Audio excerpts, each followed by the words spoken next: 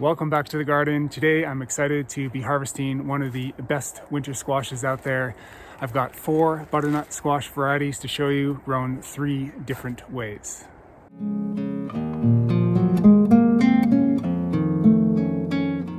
So this first butternut variety I've got growing here with these blueberries and volunteer flowers is called Butterbush. So we've got a few different sizes and shapes, and this is more of a bush habit growing butternut. So the plants are almost fully died back, and so these have just been curing here on the vine still, which is quite ideal. Not all that large, but I think they're pretty cool. Nice shape.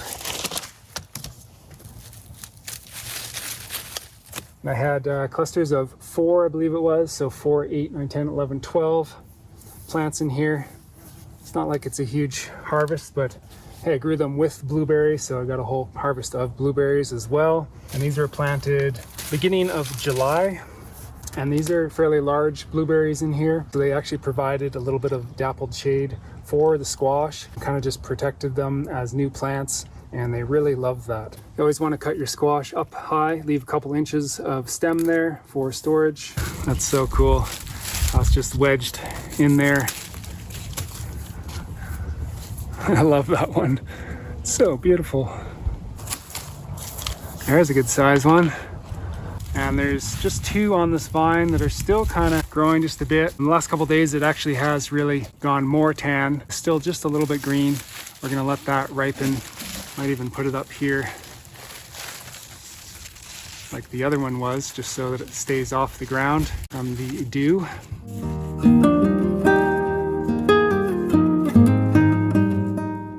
So where the cluster of plants were growing on the hill here, it's actually quite dried out. And we come down here to where you can see a tap root or secondary root that's going into the ground where it's a lot more moist down lower on the hill. So it's providing a bit of water security for this fruit to finish off, as well as more nutrient and mineral absorption. So these 2 blueberries in the center here are a variety called Reka. In general, blueberries love acidic soil, but this variety is tolerant to quite a variation in soil pH. So that's a great variety if you want to grow more companions with your blueberries that aren't necessarily acidic loving soil plants. More of a typical looking butternut. I think I will try another bush type or the same one next year. Really great space saving. They pretty much just stayed on this hill of blueberries for the most part. So butternut squash will continue to develop taste after harvest, changing starches into sugars and increasing the carotenoids. So they'll be at their best at about 2 months in, but you can start eating them earlier. They just won't be quite as flavorful. You want to give them maybe up to about 2 weeks of curing time at around 80 degrees is ideal. A lot of these ones just kind of cured on the vine because we have a really nice Indian summer out right now. So that was pretty ideal actually. So we got a bit of a head start. I think these are gonna really taste really great in about a month's time. Butternuts belong to the Moschata species, and in general, they do store the longest out of most squashes. Pumpkins as well will store quite long. Pretty much butternut and pumpkins in this species. So I used to grow quite a few varieties of squash, but I kind of got it down just to a few types that I like now. The butternut and the Ichiki Kuri being the 2 main that I really enjoy the most. And they're great for pies as well. I grew some pumpkins last year, but in general, I'd prefer just to have a butternut or curry to make a pie. They're just sweeter. I do have some delicatas. I do like that variety. They're extremely sweet. They don't store as long, but really nice, smaller squash.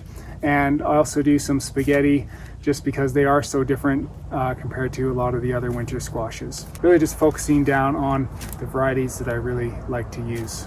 All right, so this next butternut squash planting, I had quite a bit of fun with. I created this box garden with kind of a lasagna layering in there, introduced some composting worms as well, lots of wood chips around the base to hold moisture in, and used some fencing for the vines to climb up on.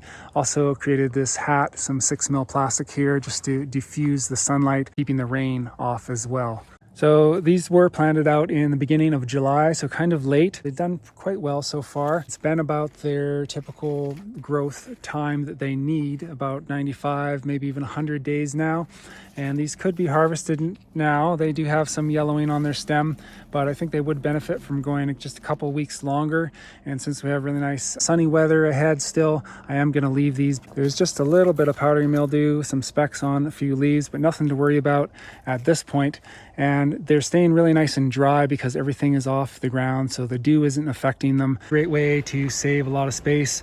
Whole footprint here is only like 2 by 3 feet, so great for small gardens or tight spaces. Yeah, I really enjoy growing squash vertically. And so throughout the season, I was just sliding some off-cut pieces of lumber in to support the vines and fruits a bit more.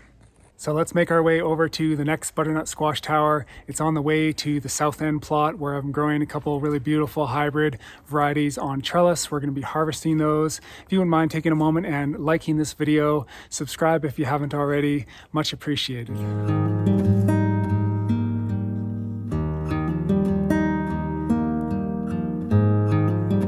So I've got another fence tower growing some butternut squash here. And for the most part, they stayed on the bottom. They didn't have a lot of time to vine out before they started fruiting, but the cucuzza pretty much took over, made its way across this little bridge that I put there with some scrap lumber pieces there, and pretty much took over this whole tower. Yeah, so this tower actually didn't work out all that well, not quite like I was expecting. You know, they were planted late like my other butternut squash. Maybe just didn't get as much sun here. And then the cucuzza kind of took over and made it harder for them to, really establish. They didn't have that much time to actually vine out before they started fruiting. But still, we got a few fruits on the bottom here. They pretty much stayed on the bottom. I had one runner starting to climb up, but yeah, then the cucuzza came over and shaded them out a little bit more. But there's a nice fruit there. It's a pretty good one. There's a few that are kind of blemished in here though as well. That one really got that I want to say that's from like a slug, and then it just cracks after, perhaps, or some other insect that does that. Could be from inconsistent watering as well, but I think an insect kind of starts that and then it pops. Yeah, because it's too bad these do have some blemishes, so these will have to be eaten a bit earlier, but still that'll probably keep for maybe about a month. They get much tastier 1 to 2 months in. There's a smaller one. That one's nice. That one should keep. In general though, the larger the fruit is, the longer it will keep. So smaller ones like this actually have a shorter storage life in general. A mild success, I would call it. There's definitely some fruits there. Half are kind of blemished, but yeah, not too bad. I actually forget which variety I planted in this tower. So, oh well.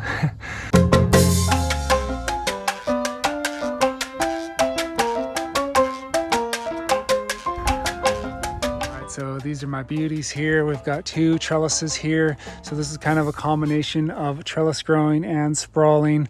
Also did a tarp technique to hold all the moisture in and decompose a bunch of sod that I created the bed with. So I've got Victory here on this trellis, and it says it's 93 days. This is a hybrid, and this trellis is Tiana. It says 95 days. It's also a hybrid. So the fruits that are up on the trellis are doing really well. There's a beauty. She's super nice and plump and quite ready, looking quite dark in the skin coloration. Yeah, we're gonna go ahead and harvest everything on both of these trellises.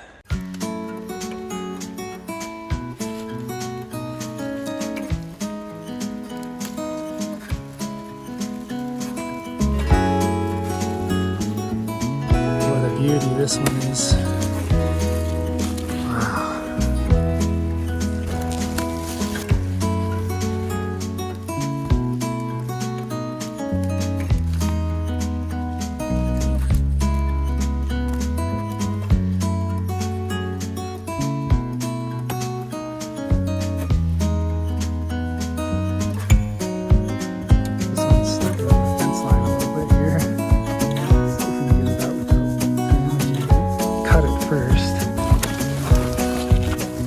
I don't know.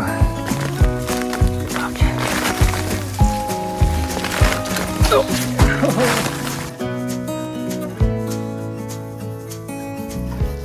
The location Here in the autumn, I get a lot less sun in here. The sun is a lot lower behind those trees. So the dew has been staying here, the dew and moisture, and we're getting some rot here. Also because of the straw, I suppose. So I just lifted some of these up onto boards to try to keep them a little bit drier. They've actually dried out a little bit today. Last couple of days, moisture was staying on them constantly. So let's see if these three are gonna be okay. I think the mold has kind of got onto them a bit. Mold actually, so that's too bad. It's pretty blemished now. Still a nice fruit. Eat that in the next month. Yeah, I should have kept a better eye on these. This one's actually fine. This one's totally good. So that's nice. And this one, I should probably be careful with the shears. I just cut that with mold on my shears. Probably spray that with some hydrogen peroxide.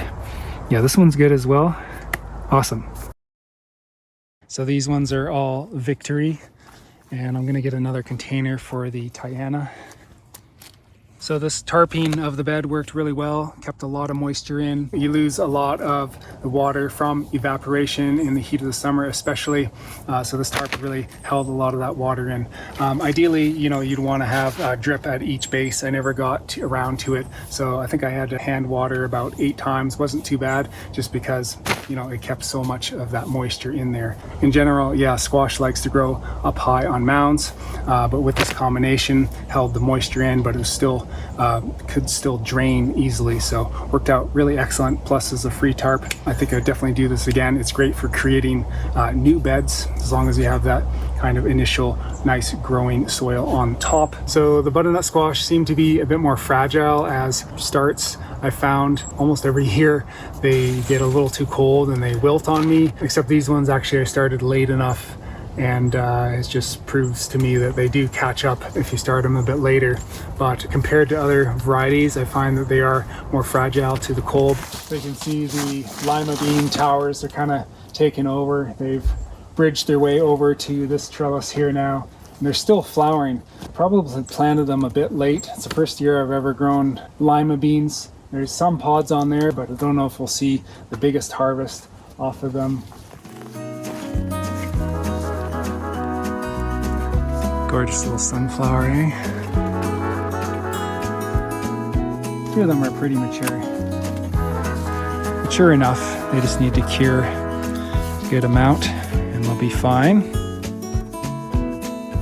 I did lose one, just some spores, I think from like the wood chips or something that got it.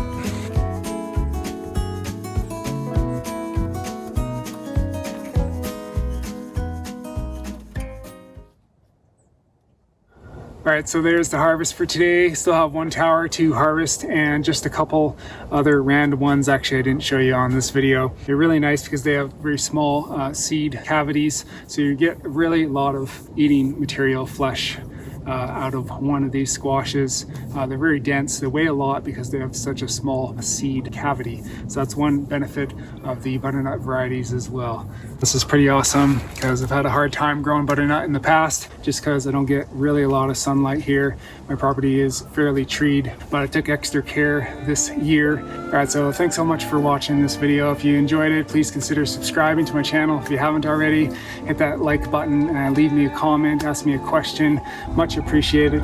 We'll see you real soon on the next one.